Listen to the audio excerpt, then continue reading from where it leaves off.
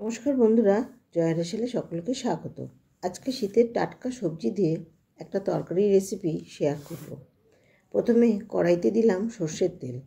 তেল গরম হলে বেগুন ভেজে তুলে নেব। শীতের বেগুন ভাজতে বেশি সময় লাগবে না, সেদ্ধ হতেও সময় লাগবে না, তাই বেগুনগুলো আগে ভেজে সরিয়ে রাখতে হবে। আর বেগুনের সাথে আর কি সবজি নিয়েছি আপনাদের দেখিয়ে দেব। বেগুন ভাজার পর তেল টেনে নিয়েছে, তাই আরও 4 চামচ তেল দিলাম। তেল গরম হলে ফোড়নে দিলাম সাদা জিরে। এবার নিয়েছি সবজিতে ব্রোকলি, ফুলকপি, গাজর, বিনস, মটরশুঁটি আর বিট।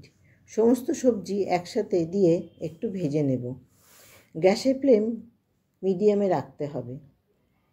একটু নাড়াচাড়া করতে থাকব, তারপর ঢাকা দিয়ে 3 মিনিট হতে দেব।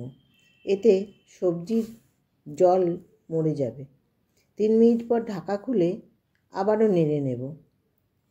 এবার দেব পরিমাণ মতো লবণ, সামান্য হলুদ দিয়ে সবজিগুলোকে ভালো করে নাড়াচাড়া করে মজিয়ে নেব।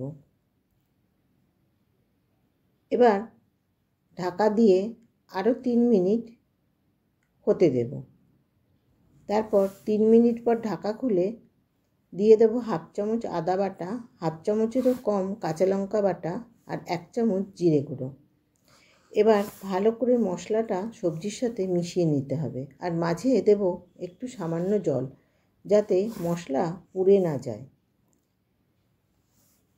দিয়ে দেব 1.5 কাপ গরম জল। গরম জল দিয়েও আবারও একটু নাড়িয়ে নিতে হবে।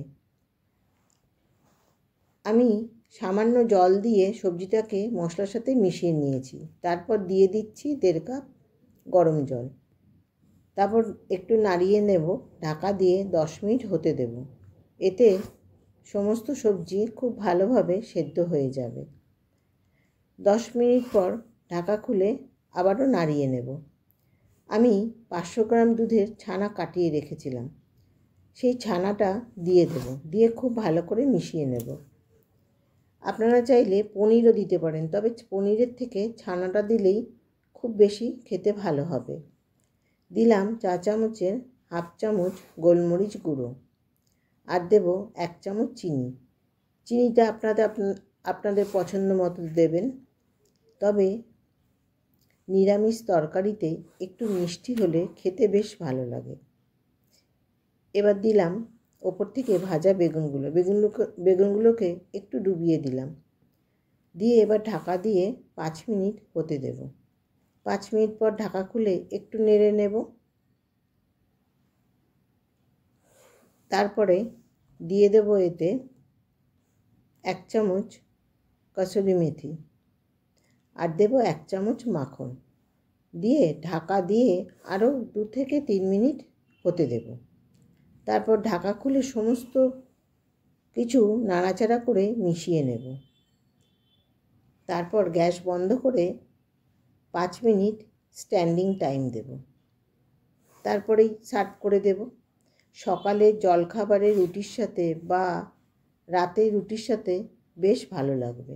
একবার হলেও বানিয়ে দেখতে পারেন। আশা করি আপনাদের ভালো লাগবে। ভালো লাগলে চ্যানেলটাকে সাবস্ক্রাইব করবেন, লাইক করবেন, শেয়ার করবেন, কমেন্ট করবেন। পুরনো বন্ধুদের জানাই অসংখ্য ধন্যবাদ আর নতুন বন্ধুদের জানাই স্বাগত।